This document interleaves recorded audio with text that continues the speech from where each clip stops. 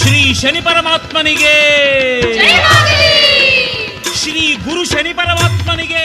ಸನಾತನ ಧರ್ಮದಲ್ಲಿ ಶ್ರಾವಣ ಮಾಸ ಬಹಳ ಶ್ರೇಷ್ಠವಾದದ್ದು. ಇನ್ನು ಶನಿವಾರಗಳೆಂದರೆ ಬಹಳ ವಿಶೇಷ.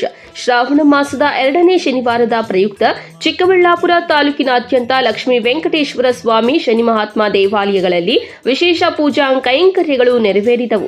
ಭಕ್ತರು ಮುಂಜಾನೆಯಿಂದಲೇ ಸರತಿ ಸಾಲಿನಲ್ಲಿ ನಿಂತು ದೇವರ ದರ್ಶನ ಪಡೆದು ಭಕ್ತಿಭಾವ ಮೆರೆಯುವ ದೃಶ್ಯಗಳು ಕಂಡುಬಂದವು. ಚಿಕ್ಕಬಳ್ಳಾಪುರ ನಗರದ ಬೇಬಿ ರಸ್ತೆಯಲ್ಲಿ ಇರುವ ಶನಿ ಮಹಾತ್ಮ ದೇವಾಲಯದಲ್ಲಿ ಬೆಳ್ಳಂಬೆಳಗ್ಗೆಯಿಂದ ವಿಶೇಷ ಪೂಜಾ ಕೈಂಕರ್ಯಗಳು ನೆರವೇರಿದವು. ಶ್ರೀ ಶನೇಶ್ವರ ಸ್ವಾಮಿಗೆ ಮಾಡಿದ್ದ ಹೂವಿನ ಅಲಂಕಾರ ಗಮನ ಸೆಳೆಯಿತು. ಬಂದ ಭಕ್ತರು ಶ್ರೀ ಶನೇಶ್ವರ ಸ್ವಾಮಿ, ಗಣಪತಿ ಹಾಗೂ ಶ್ರೀ ಸುಬ್ರಹ್ಮಣ್ಯ ಸ್ವಾಮಿಯ ದರ್ಶನ ಪಡೆದು ಭಕ್ತಿಭಾವ ಮೆರೆದರು.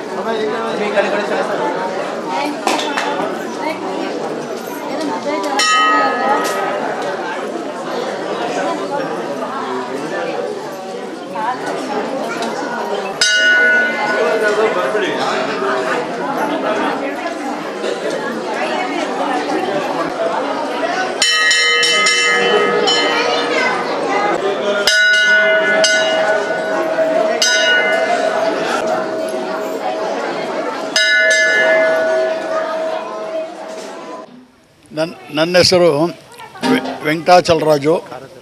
ಈ ದೇವಸ್ಥಾನದ ಕಾರ್ಯದರ್ಶಿ. ಈ ದೇವಸ್ಥಾನದಲ್ಲಿ ಶ್ರಾವಣ ಮಾಸದಲ್ಲಿ ಈ ವರ್ಷ 5 ವಾರಗಳು ಬಂದಿದೆ.